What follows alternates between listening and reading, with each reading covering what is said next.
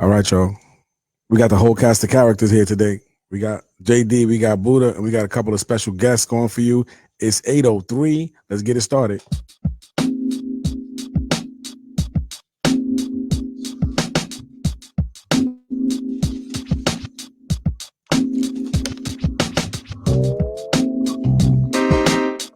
It's Monday night. We starting the week off. D.E N City tonight. This is episode 8. Coming to you from where we come to you from. Hope everybody's doing okay. Hope your weekend was good. Hope you lasted through that crazy snow from last week. Dug yourself out. All that good stuff. It's supposed to snow crazy this week. It's supposed to snow crazy this week. It snowed crazy this week. How y'all doing? What's up, everybody? Welcome to episode 8 of D.E N City tonight. I got the whole cast here today. First time all three of us is on here live. So what's up, y'all? Good? Y'all had a good week? Yeah. Snowing. Snowing? Okay. Snow do everything. It's bad. My weekend was okay. And got trapped in the city for a little bit, but I'm back. All right. That's right. Yeah, you wasn't here. We were trying to figure out. I know I was trying to figure out. I stayed at work for like 2 or 3 days. Not 2 or 3 days. I'm exaggerating. I stayed at work for 1 day. And it didn't even snow Sunday morning. I was tight because I stayed Saturday night so that we wouldn't get locked in. And then I woke up Sunday morning and there was no snow. It didn't start snowing until the afternoon. So I was like, whatever. But we made it through, Not too bad. So how's everybody doing? How you guys been other than that this week? There's a lot of stuff going on. We have, today we're going to talk about the Super Bowl. Today we're going to talk about some basketball, some NBA. And I also have some special guests today that we're kind of waiting on for them to arrive. Hopefully they'll be here shortly. We're going to talk to some members of DC Metro just to kind of get a take on what's been going on over there since the demonstrations have stopped, since there's been, new administration into play, and how they feeling kind of specifically as Black officers, as we are in Black History Month, celebrating Black History Month. Yeah, I always get kind of iffy with that because I'm like, Black History Month. They gave us the shortest month of the year. It's every month for me. Man. Every month. Yeah. It should be. It should be every month. Celebrate Black History in just 1 month. No, as Black History is American history. It's the shortest month. Of course. That's the craziness. But Black History is American history. We should be in every aspect of it. It's definitely not every a month. Aspect. So while we waiting for my partners to come in to this stream, let's talk about it. Let's talk about it because y'all two picked y'all two picked the Chiefs. I picked the Chiefs, but I didn't realize that they starting tackles. That's what I'm saying. That made a big difference, but he's still trying to make it happen. There's a lot of things I didn't know came into play with that game. Like I didn't know Adrian Broner was there. Antonio Brown. Adrian Broner. I didn't know Antonio Brown was on there. Nah, I know Antonio Brown. Well, you don't follow football like that. I don't follow football. So I was like the Chiefs because Mahomes reigning MVP. I was like they was gonna give the youngin the torch or whatever, but I was like, nah, you can't go against Tom Brady.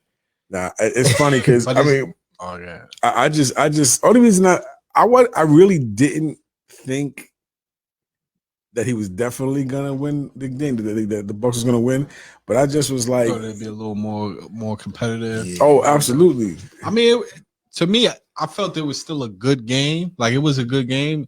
It just wasn't happening for the Chiefs. And them flags, because the refs played the big part to where they.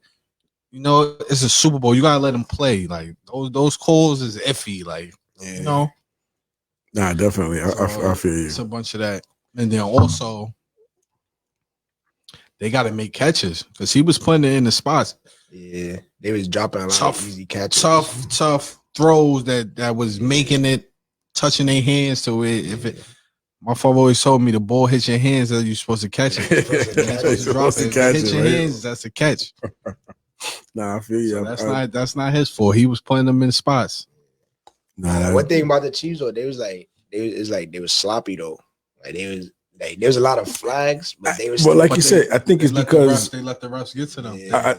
They was playing let it more get to about them, and they has. So so you pick up the little what's that when they was fourth and goal, and then they got the penalty. Oh yeah, Yep. They get a whole number 4 downs. You can't give Brady that. And then you got a lot of other Brady's veterans, a lot of veterans on the Bucks that they know how not to get affected by that. But I think what you said in the beginning was that because those 2 tackles was not playing, everybody else's positions was different. And on top of that, it was too hard. On top of that, Gronkowski was like, I'm back. Nobody was holding him. Gronk was balling. Nobody was but holding you got to think about it. Everybody that scored though from Tampa, those was new inquirers.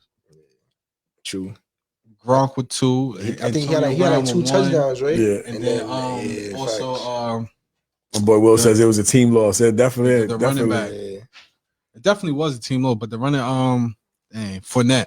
Yeah. Oh, he balls. Oh my god. Yeah, he's crazy, man. He's plowing through that. It's funny because Hill, they was holding him too. Yeah, they was holding him. He didn't really get it. It was like you said, it was a team.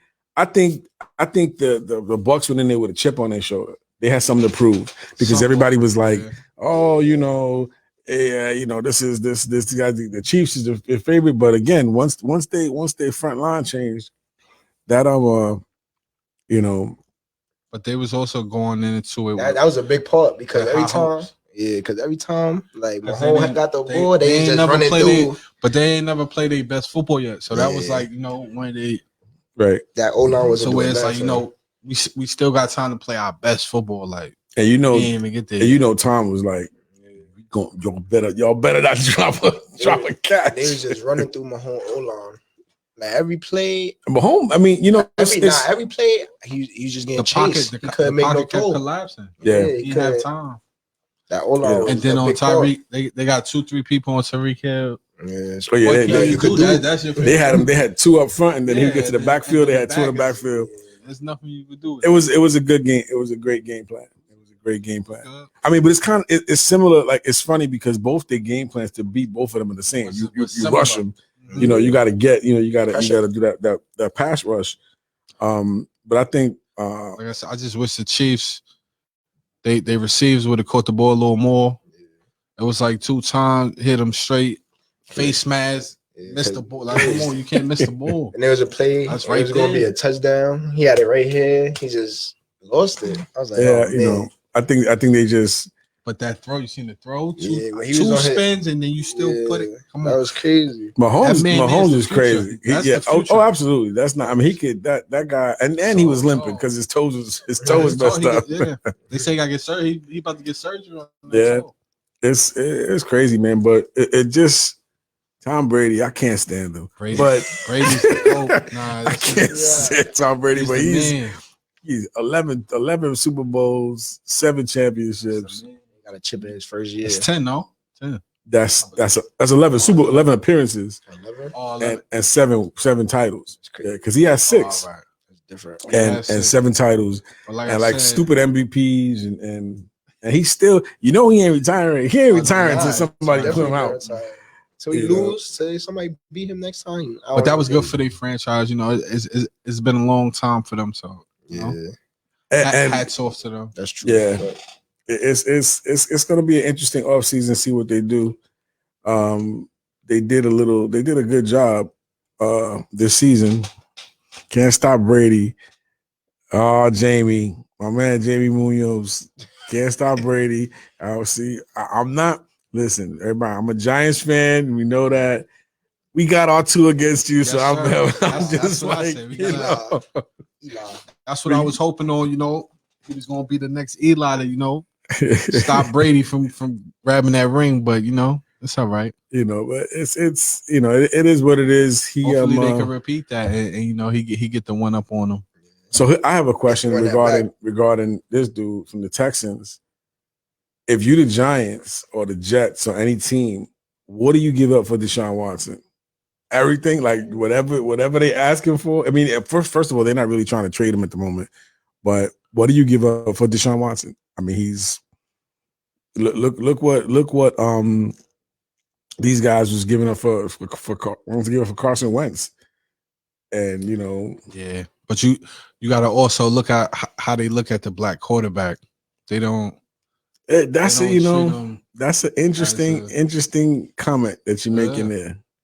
It's been like that for yeah, they don't see the worth of it. They just think of running games. Running. They look at them as like just athletic. They don't look at them being like smart and knowing. Yeah, knowing the game, the X's and O's. That's so that's why it's hard when you say like talking money and like taking over a franchise. Like, would they bet put all their money into him in the franchise? Well, I mean, he may be the one to break that mold. I'm hoping that he is, because if I was the Jets or if I was the Giants, I'd be like, what do you want? Because Daniel Jones, it's nice quarterback. Who's Daniel Jones? The quarterback for the Giants. The Giants. Yeah. That's the one who replaced Eli. Yeah. So you gotta.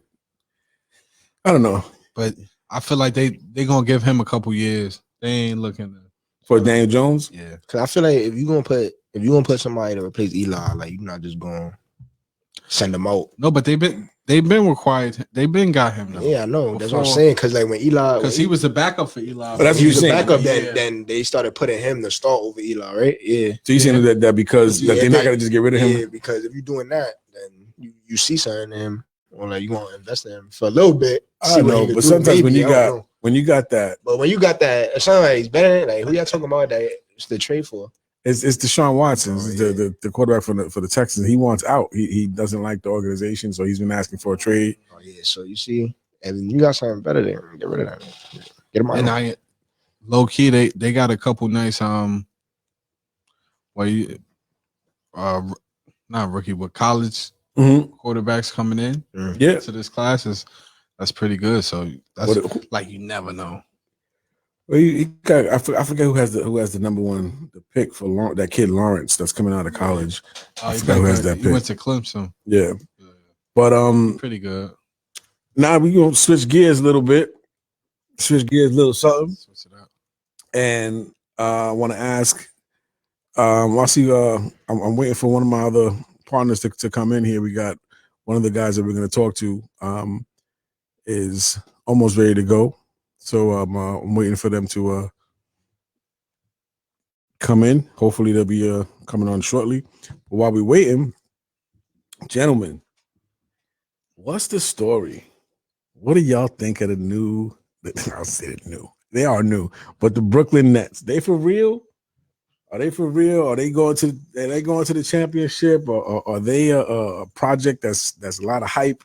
I think the Nets. Come on, a little closer. I think the Nets. I think they for real. I think they're gonna make the play. They're gonna make it deep in the playoffs. The one thing I don't know about is I think they're gonna get rid of Kyrie. I don't know. Why you say that? Because like you got Harden and KD, they already have history together, and then you just got Kyrie there. And Kyrie, Kyrie's known for like, oh, I'm not gonna play, or I'm not gonna do this. I'm not. Right. And he's like, I don't think at this point in time for Brooklyn, he's that reliable. That's an interesting take.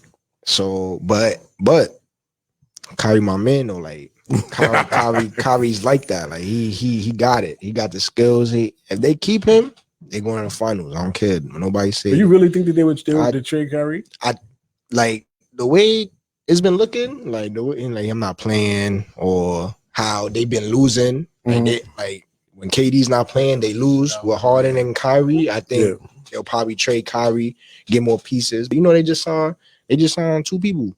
Cool. They signed Iman, defense. Right. And they signed, I think, Noah Vonleh. So okay. They making moves. So I think they for real. I can't stand them either. But what's your take? My take on that is I don't know. I gotta you gotta wait to see. Because just those three, like, of course they're talented. You know, Right. they're gonna put up points. That's granted. Mm-hmm. But then again, when it come to like playoff time, it's can they lock down and like play defense? That's the biggest. That's where it comes. That's the biggest thing with them, their defense or the lack of it. Because they just gonna look at it as like, oh, we're gonna outscore everyone. You can't outscore everybody. It doesn't work like that because then when it comes to crunch time, it's like who's gonna have the ball? They all want the ball in their hand. So it's like, all right, Harden, I'm gonna take the last shot. I want to take the leg. I see him and Kyrie going back and forth more than like I see KD chilling. You know, he'll take, but I see them two going. Yeah, I see them two. It's just their personalities is too much. I believe over time it's gonna be too much. It's gonna be too much friction. Nah, I disagree with y'all though. When y'all say about how they can't outscore the league, I feel like the Knicks can outscore everybody in the league. But that's if they playing on full cylinders. They can. Yeah, but if you got all three of them playing together, you got these new acquisitions they got. Iman that played D. I think Vonleh plays D too. He's like, I think he's a big man. No Vonleh, right? He a big man or something like that, or like a powerful. I'm not sure, but I know he's something. He around that like forward area. So that's what they needed. That's what they needed because they don't got no big man. But that right there, I think that's good enough to hold the other team and then three go to work. Because there ain't nobody in the league that can outscore the Brooklyn Nets. I don't think so.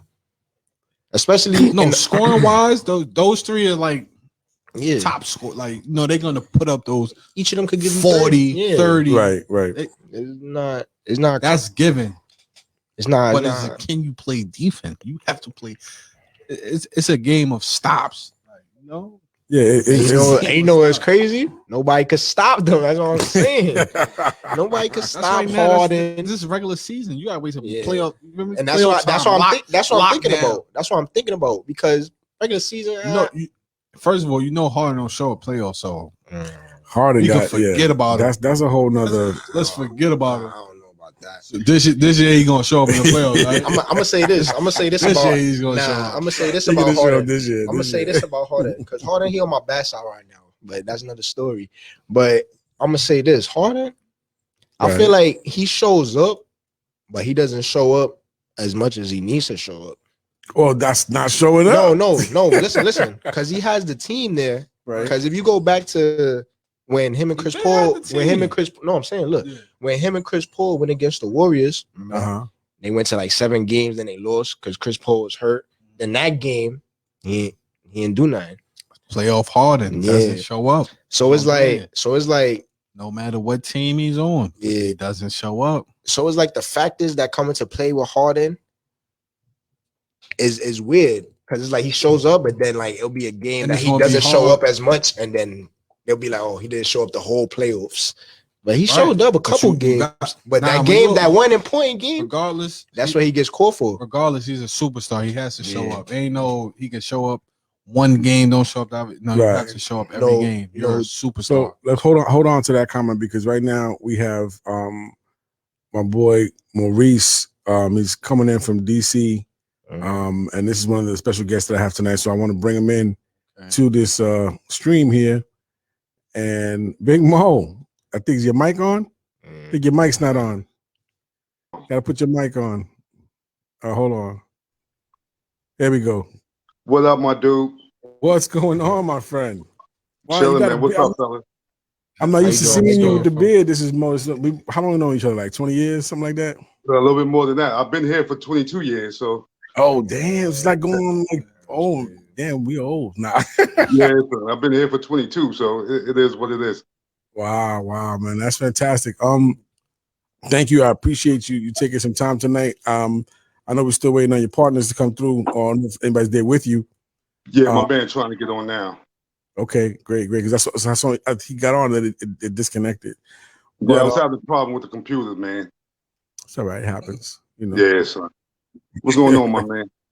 I'm good, man. We're here. We was talking a little bit of football, a little bit of basketball, and just kind of finding some time until we get an opportunity to talk to you guys. It was important. Like I said, we're celebrating Black History Month, even though it's the shortest month of the year. And I think that we should be celebrating Black History 12 months out of the year. Oh, I agree, Tom. I wanted to get your take on,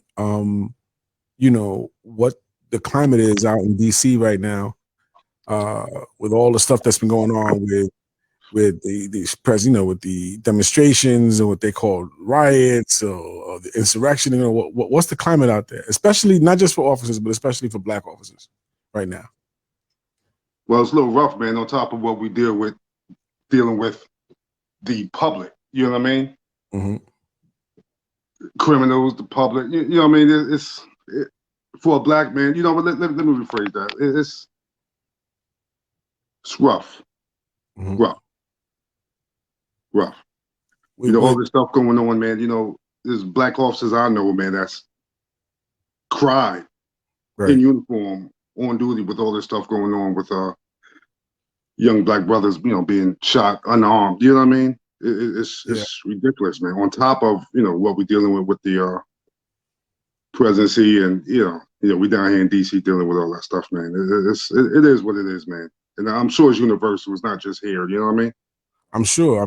I mean, I know there's a lot of. I mean, we, without us getting into our background too much, I mean, we have been dealing with security and law enforcement most of our lives. So no doubt. Met a lot of officers. Known a lot of different officers. Kind of understand a little bit about what they go through. But at the same time, we got to deal with. I don't know if you remember. Now, I remember I told you the story of me asking one of the officers that I was working with what they would do or how they would react if they saw me in the street, not knowing that I was, part of security and stuff like that. And their answer was kind of crazy. He was like, he didn't really answer. That kind of said it all right there. Kind of said it all. Say the last part again, Frank. You broke up, man. I was just saying that. There was an officer that we knew, a white officer, when I used to work at Banana Republic, and he asked me, we asked him if you didn't know us, if you wasn't working with us like you do, and you saw us come into a store, what would your reaction be? So he never really answered this, which kind of gave me the answer of you'd be looking at us like we was going to do something wrong. So, right. I'm gonna bring in. We got one more gentleman coming in. Gonna bring in Lex to the stream. Yeah. How you doing, brother? What's good with you? Man, just here trying to the brother Mo told me you was stand-up dude, so anybody that know Mo is good in my book. Oh man, me and Mo go back, man. That's a good man right there. That's definitely a good man right there. We had a lot of good times, a lot of fun times, a lot of times we can't talk about on the air, but we had some good times. No doubt. I was talking. I wanted to ask you guys, as officers down in DC, with all this craziness that's going on right now, has it calmed down? What's the climate? What was your experiences like during all these protests and everything? What I found most interesting was the fact that a lot of Caucasians viewed what we did or what happened during the summer months through all the year. They likened it to that one day of them acting up at the Capitol. And I quickly had to remind them that through all of the protests that they called riots, not a single officer was killed. We lost 2 of them that day in a span of 6 hours. So the correlation between the 2 of them isn't even close. But it's hard as a Black officer to listen to the rhetoric that's been going on about how we don't necessarily understand. If nothing else, we too blue for the streets, too Black for the badge. Wow. Just kind of keep your mouth shut, tote the line, and when we do step up and we do say something, it's looked at as you going against the family, you going against the team, and wrong is wrong and right is right, and that's the thing that quietly you got to push. Right.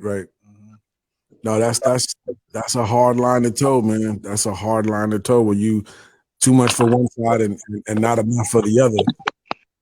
You know, that takes its toll emotionally, takes its toll physically. I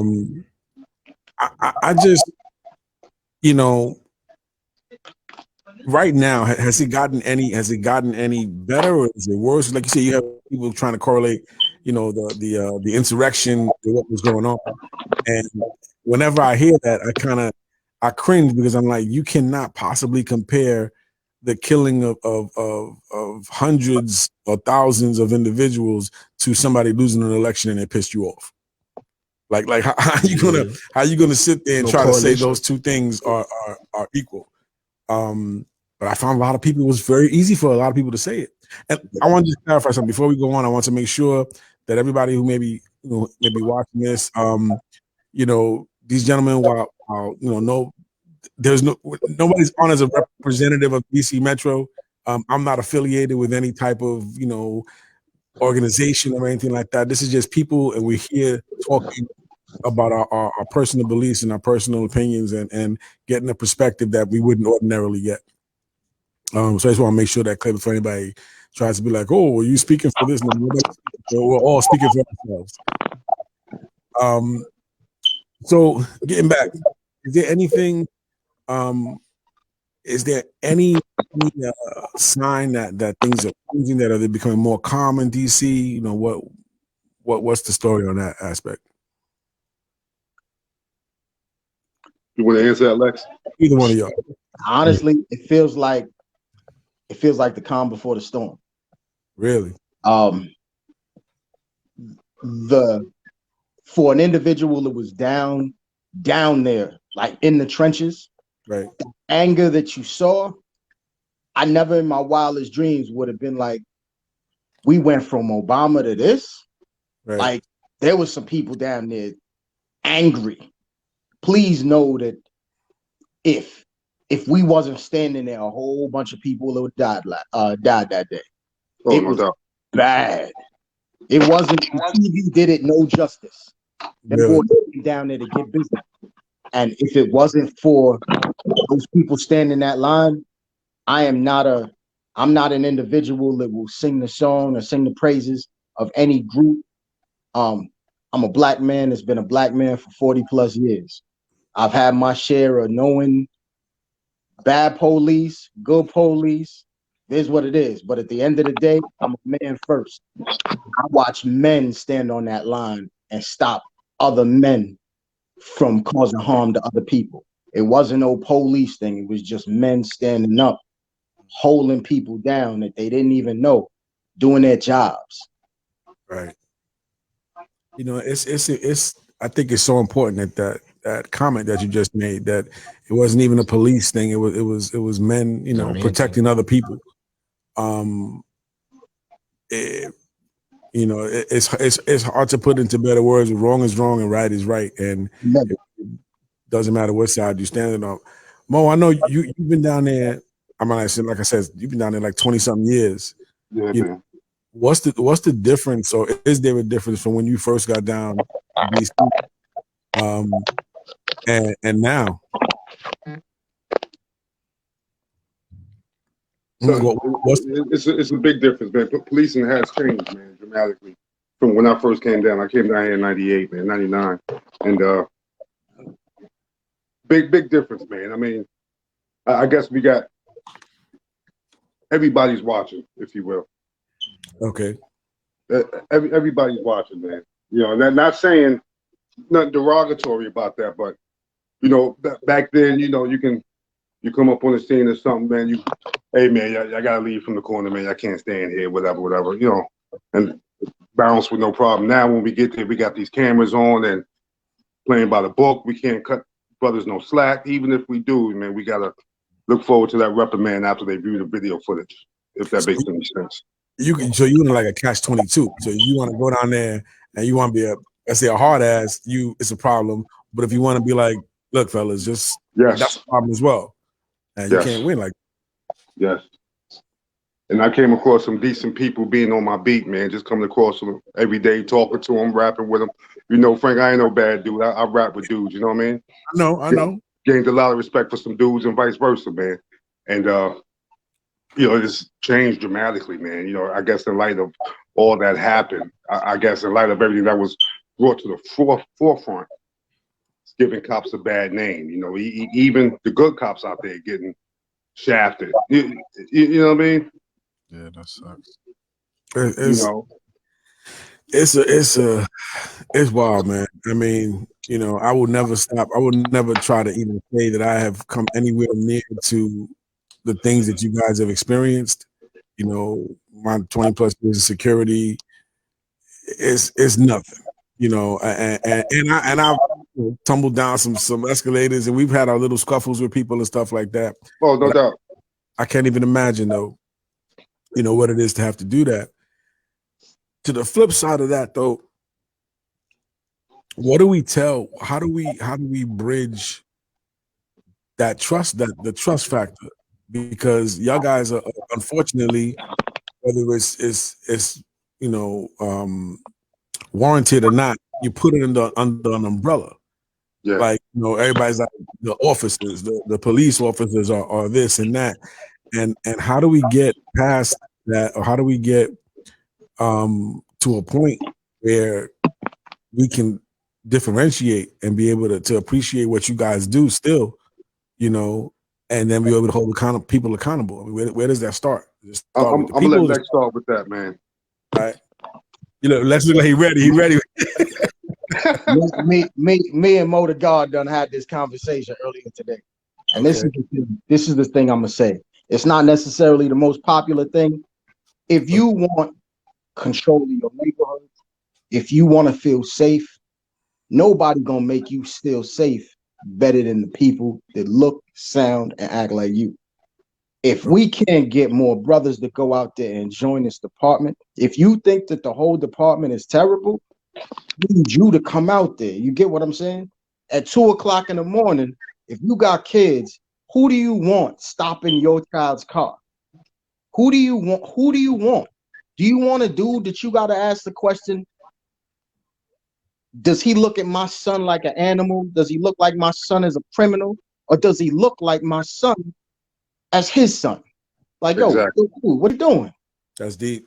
We can't, I'm not the one that, and I don't get me wrong, cultural sensitivity training is great, but nobody gonna take care of your people like your people. You feel me? And I don't know where this stigma of, I get paid pretty good to do what I do. Okay. I don't know where this stigma of, yo, I ain't gonna do this. You want somebody else to come save your community. You letting outside people come into your community and look at your children, look at your wives, look at your grandparents as less than. Nobody is gonna look out for you more than you.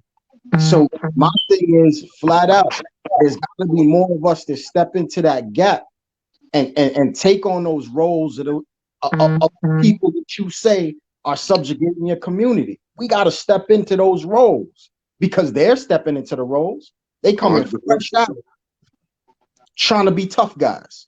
And also, let me say something, man. You know, we get more folks that don't live in the community applying for these jobs as law enforcement.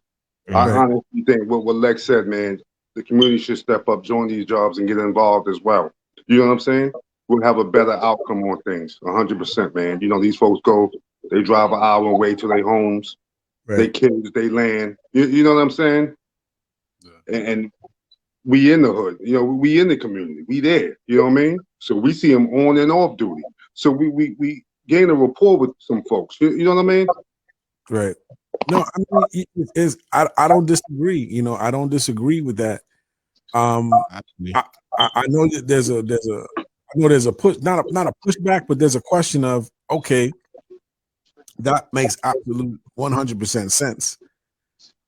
How do we change the mindset? Because there are people here. Would I know your sister always talks? She's an officer, you know, NYPD. You know, she's a detective now. And they've always kind of asked you, you know, about I mean, I guess just my I would say my personal experiences Right. kind of shaded me to where it is I just didn't feel that was for me. Right. You know? Right. I mean, and that's it's no. I think that's a fair. It's not for everybody. I You know, agree. if you would say it's not for everyone, but I think that what happens to a lot of in our neighborhoods because we don't have that representation, because we don't have that representation, we constantly being pushed with the other side of that. Well, what he was saying about not having the person that's going to look at you Differently. as a human. They're looking at you as an animal, as a criminal first. How do we? That's where systematically it's hard because you got so many people generationally that have seen that for so long. How do we break that? And I guess that's my question, Lex. Like, how do you? Is it? People talk about that word, which I hate the term defunding the police. I hate that term because I don't think that it brings to light exactly when people talk about putting money into more community programs so that the police can have more interactions with the neighborhood so that it becomes more of a trust factor. I mean, it more so I would say like try to do that more because what we was doing when I was still living in the Bronx, what we was trying to do was have like we'll go to the centers and we'll have like conflicts and talk with police, like because the police your area, the area or whatever.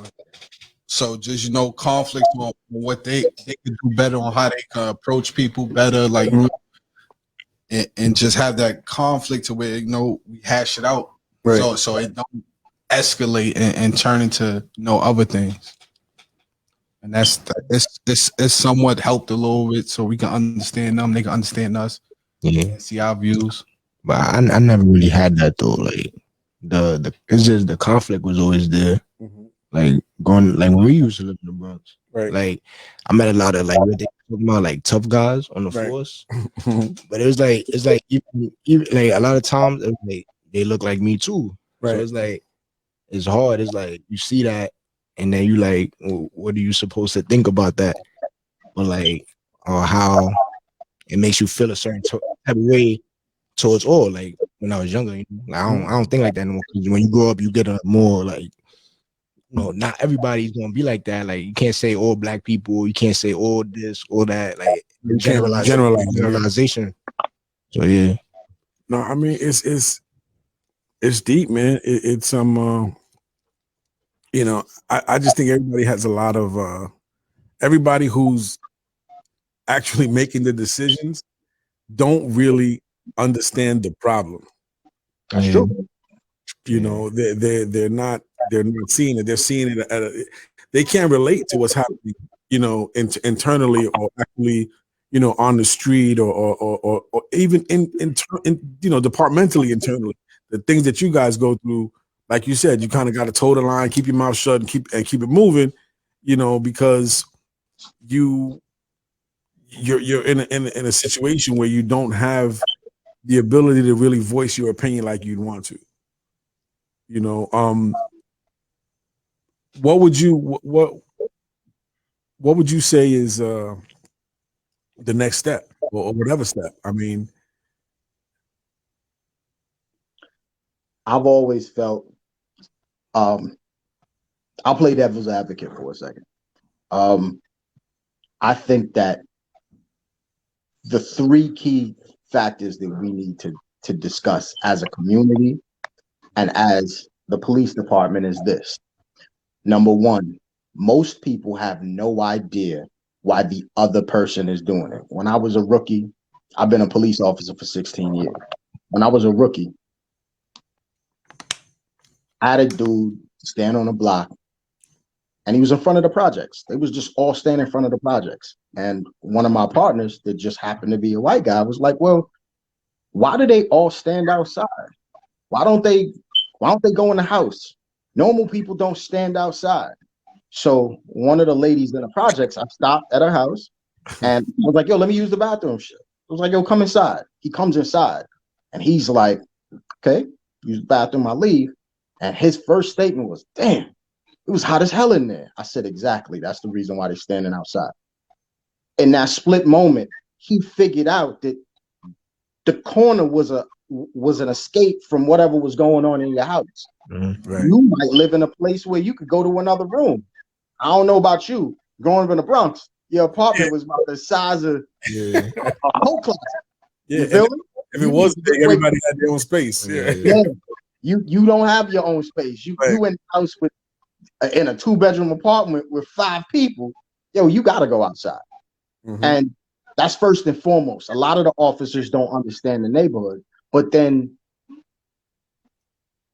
in reverse, you got a lot of dudes that don't understand why policemen do what they do. I had a young man on a traffic stop. He's like, yo, why you keep touching your gun?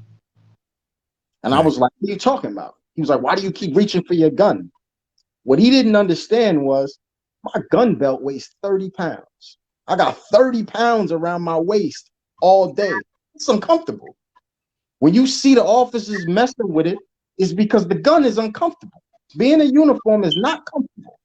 So those were the 2 illustrations that I found that a lot of times both sides don't understand why an officer does something.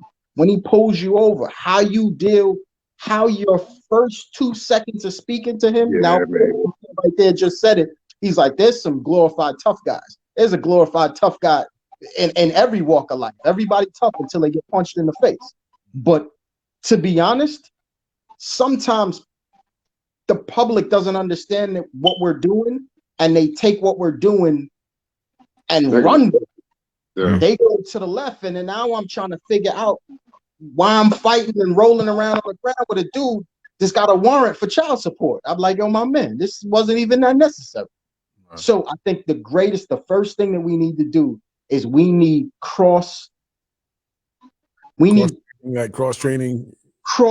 for the public, right, and for the police. Not just sensitivity training where the officers are learning about the community. The community needs to learn about what the police can and cannot do. And what your course of action is when you feel like the police are doing what you're doing.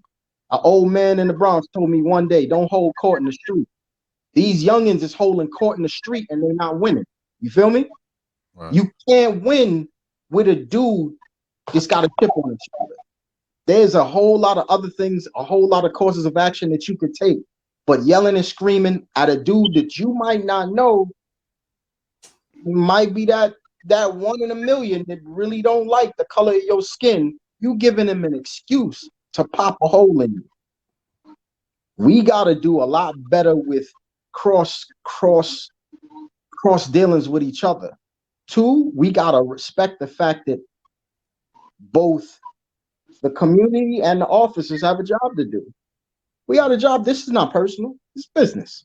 I got a job to do. If you don't like what is happening, go out, vote, go out, do different things to change the laws that the officers have to follow. If you don't like those laws, there's ways. That's one of the great things about this election that I liked. Like them or hate them, Donald Trump opened up a door to show people how this government thing works. There's more people got involved in the governmental process and voted than I've ever seen. They found out the way the law actually works. So with that information, they got to step up. And if you don't like it, this is the way you change it. It's not bucking at the police when they get there, because we don't make the laws. We're just enforcing what's on the books. You don't like it, take them joints off the books. It's not as hard as people think. And and the last one is just mutual respect. We got to have mutual respect for each other. You gotta demand the respect of the officer that comes to your door. But demanding that respect doesn't mean being disrespectful. You gotta demand that respect. I think it all possible in all ways. You gotta demand that respect. But damn it, you're You're not winning no fight arguing on a traffic stop. You're not winning that fight. And that's just my personal opinion. Those three things.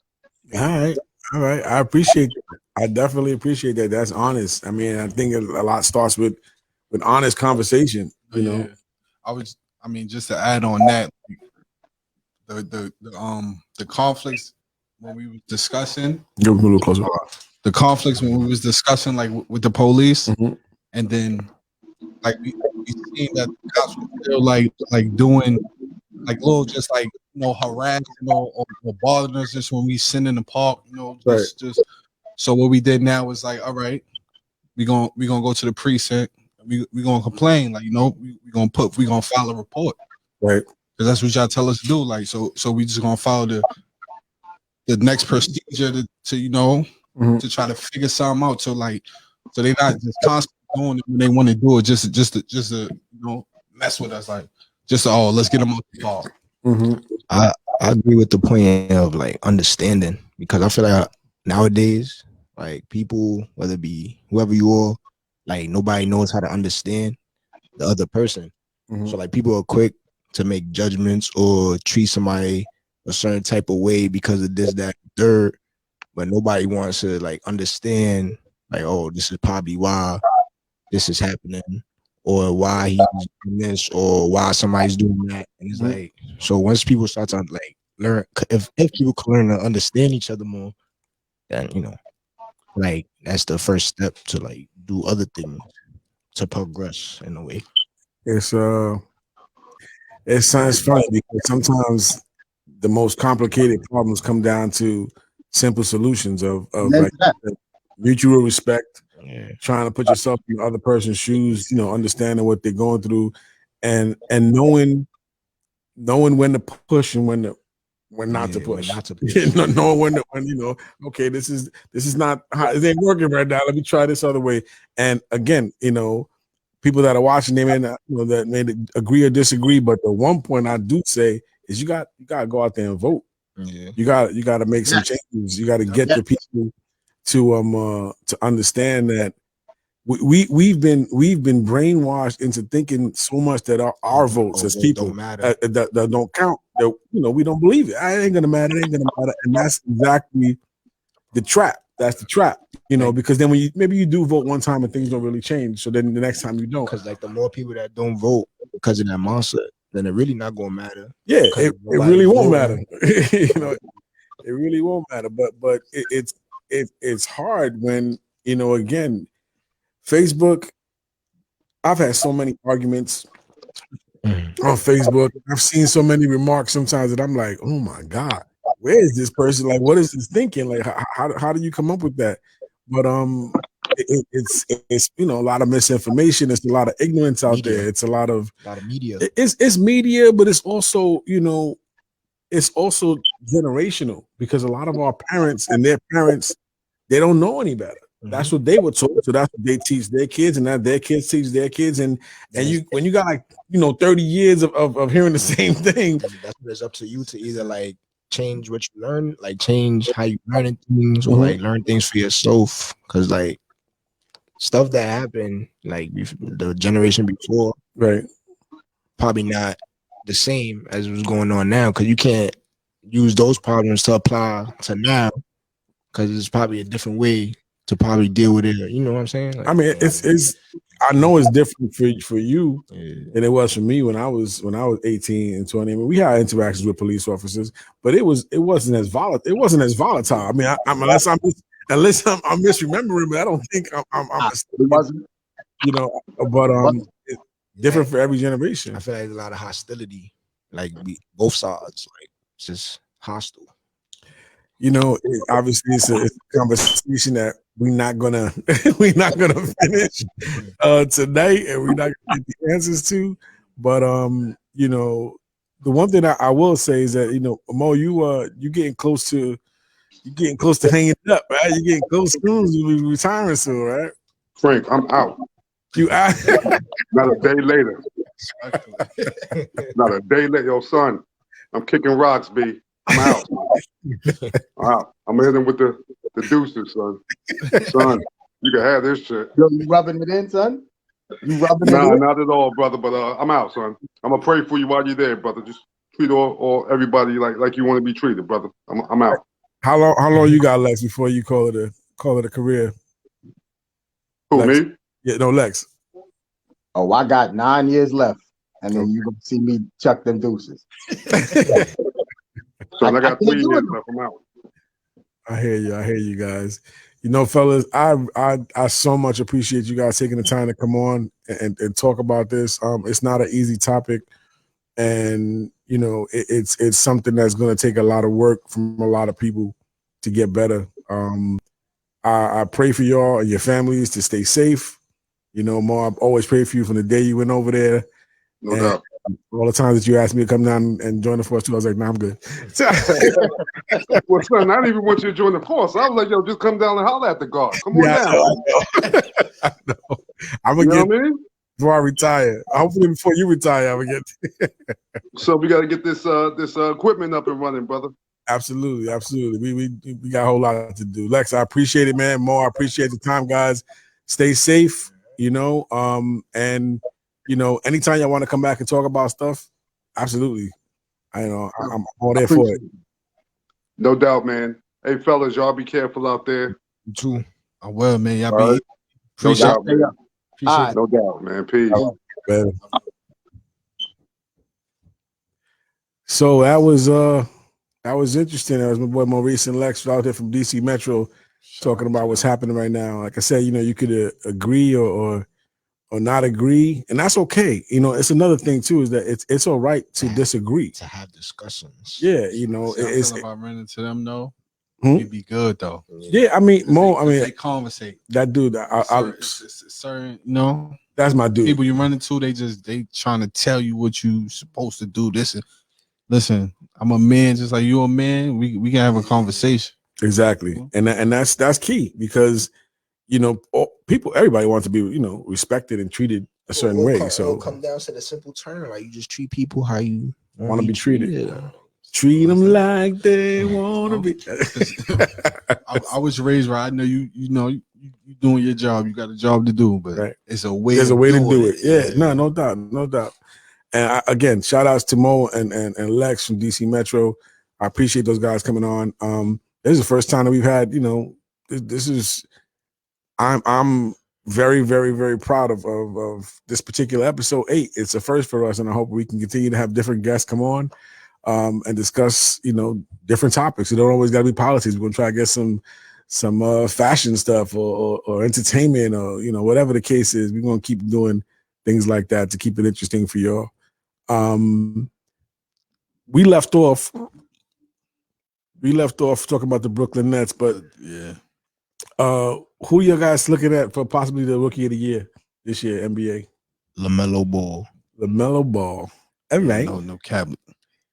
Either him or he's looking real good. Either him or what's that? I forgot his name. He on the Kings though. He got like a weird jump shot. I know you're talking about. He been hitting game winners. Like he been going crazy. Winning games for them. But I ain't gonna lie, LaMelo and Bridges, they've been looking crazy. Nah, that's good. Yeah, LaMelo, I mean, that's all you gotta do is throw it up. So who's your all right? We talk about the Nets, we talk about who's your sleeper team, the team that's not really getting any attention right now. Did you think that could maybe sneak in there and cause some trouble? Like in the playoffs? Yeah, the playoffs. Sleeper? Yeah, do you have one? I'll say the Hornets. The Hornets is because you still talking about LaMelo, but the Hornets is a good team. Yeah. They young. They got a good guard and LaMelo rookie. They got Gordon Hayward, who's been great this year. Terry Rozier. So you gotta see how this next after the All-Star break, you gotta see which is a lot of controversy in the All-Star break. And some players like, why are you? They don't want to play because it's like, but it don't make sense. They don't have to play. I hear they gotta wear masks and it's a lot of extra. To me, it's bringing too many uncertain variables. Yeah, it's like it doesn't matter though, because the All-Star game is nothing more than for It's really for the entertainment, but for they're the not fans. the one. They're not the one who's out there Dealing with playing games in the NBA. So it's like it don't matter. So like when you see people saying like, "Oh, they got to do the All-Star game," like, No, they don't. One thing I did realize though was a lot of people at that Super Bowl. Yeah, they for it to be like they had a, but they was fake supposed to I guess they still open. Mhm. I think they had, but it was a lot of people. I think they had them like 6 feet apart. They had like a third, I don't know, like 1/3 of the capacity, and then they had the little cardboard, little cardboard things in there. But still, it was a lot. That's a lot of people. In this time, you definitely you thinking like quarantine and there's a lot of people there. Listen, man, people are ready to bust out the scenes, man. People are ready to get out their house, and it's a little nerve wracking because you give that people that little bit of leeway, everybody's out, They're giving people a lot of leeway. So what's NBA finals predictions? Let me hear them. I'm holding everybody to them right now. Who's gonna be in the finals? I know it's still a lot of season left, but I already know who's gonna be in the finals. All right, who are we talking about? Lakers, Nets. Mark down your calendar. What you said? Lakers what? Lakers Nets. Oh, you said Lakers. Mark down your calendar. Nets. I was like, what? Marking the calendar. Lakers Nets. All right.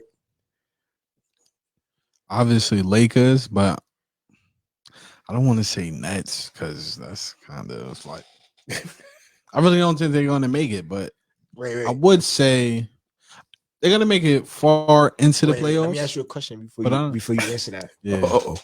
Who in the East is beating them? Being the Nets. We can talk about the West. The West, all right, but who in the East is stopping the Nets from making the finals? I don't know. Maybe the Sixers. Nah. I say, I can see the Sixers or even.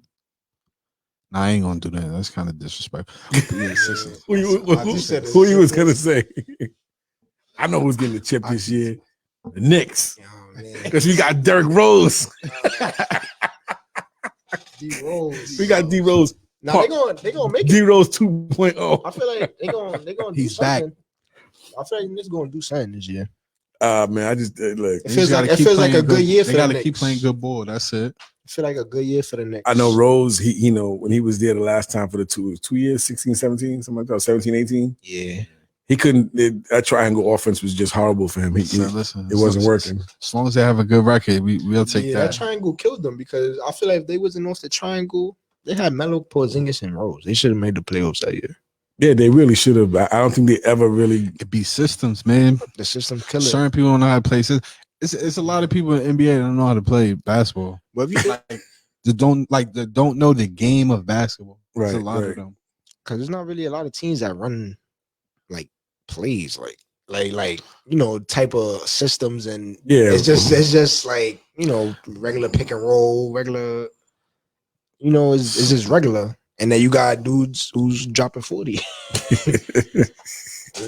It's different nowadays. Like you can't bring a triangle offense. That was like in the 90s. That was like in 90s. Yeah, it was 90s. It worked for the Bulls and it worked for LA. It's emotion though. So it's not the game right now. As long as it's moving, right. Somebody will get open. It's moving. But the players got to buy into it too. Right. Yeah. If they don't buy it, but they got to know. That's what it is. They got to know their spots. I'm telling you, if you really like watching. People be lost. They be lost like 9-8 spots. That's why you need that guy LeBron, the floor general. That's going floor general. You better go over there. Even what's his name is it be telling people what to be Draymond. Draymond be yelling at people. Get over there. Draymond's important. Draymond's a team player. He's important for the Warriors. I ain't gonna lie, but who I met, who I like. That's been balling this year. Bradley Beal. I hope they get him out of there too. He don't want to go though, right? He want to stay, but he need to get up out of there. Well, I don't. You need to be a contender. You've been in the league for a minute. You need it's time to be a contender, my guy. Time to get up out of there. I don't really have a. Gotta go to the Heat. I don't have a pick for the finals other than LA. I think it could be LA and the Sixers or LA and the Nets. I think the Sixers could come out of the East. I think they could, but we shall see. We shall definitely see. This has been a great experience. This show has been different. I'm so glad these two guys were here for me this day. Sir. Hopefully we'll have a couple more episodes where we'll be all three of us. Now that I have because the last couple of weeks I've been doing it by myself because my setup was really crappy. So, it wasn't conducive to having more than one host. But now we got it together. Things are going good. Things are going well. We can bring guests in. We can have different topics and stuff like that. So we're going to really be pushing more topics and more interactive stuff. Again, I want to thank Buddha. I want to thank JD. We are going to be calling it a night right now. We'll be back. Any closing statements? Anything? You're not doing your stories. Oh, hold up. Oh man, he got me. He got me with the story. See, now I got to think about. You got to do one with you and your man. Me and Mo. Yeah, it's only right. It's only all right. right. I'm gonna tell you a quick story with me and Mo. Mo was a site supervisor for one of the Barnes & Nobles that I used to work with, and it was during 1996. It was the Yankees championship. It was game 1 of the American League Championships against Baltimore. And, I was working. But I was down the block at the bar watching the game, but I was paying attention to the radio, trying to see. I spent the whole game at this bar, and I was not on site, but Mo was a site supervisor. And I remember one of the other detectives, that's why you're gonna be snitching and hating, he reported me to the office and he was like, Frank wasn't here for the whole 7 hours. And I was like, so I got my check that week. And my boss, he literally he did this. He handed me the check like this. Yeah, right. And I'm like, wow. So I open it and it's missing a whole day's. And I'm like, yo, Bill, what's going on? Where's the money at? He's like, So he won't look me in the eyes, So he was like, nah, somebody said that you wasn't there. And I said, you could call the supervisor, the site supervisor. I was there. And of course, my man Mo was like, of course he was here. What are you talking about? He was like, he was here. He was, whatever. They gave me the money back the next week. He held it down. Yeah, he held it down. But I was watching Bernie Williams hit that home run that won the game. That was also the game that Jeter hit the home run that Jeffrey Mayer, the ball, that they wasn't really a home run. Who say you can't multitask while at work? There you go. I had the radio. Somebody had to call me. It was only down the block. We was like Astor Place, Could have made it. I was right there. That year, I'd have to say that year, 96, I missed a couple of shifts. There was a few games. That I watched from the bar. But next time, y'all got any stories from y'all, I gotta come up with one.